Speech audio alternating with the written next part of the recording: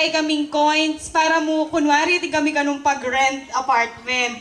Pero, I realize mo palagyo kasi 1 month na 10 pesos kami pa iipon.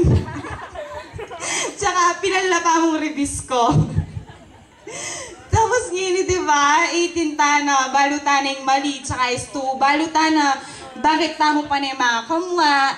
Kasi para naman kaya katamo ito. O, ngayon matuwa na ka, syempre. Actually, masaya ka niya, inibalo ko ito. Kasi, pagiging 18, yan yung pinaka-memorable kaya teenager life.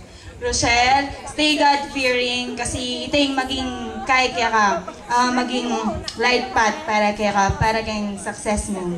Happy birthday, Rochelle. I love you.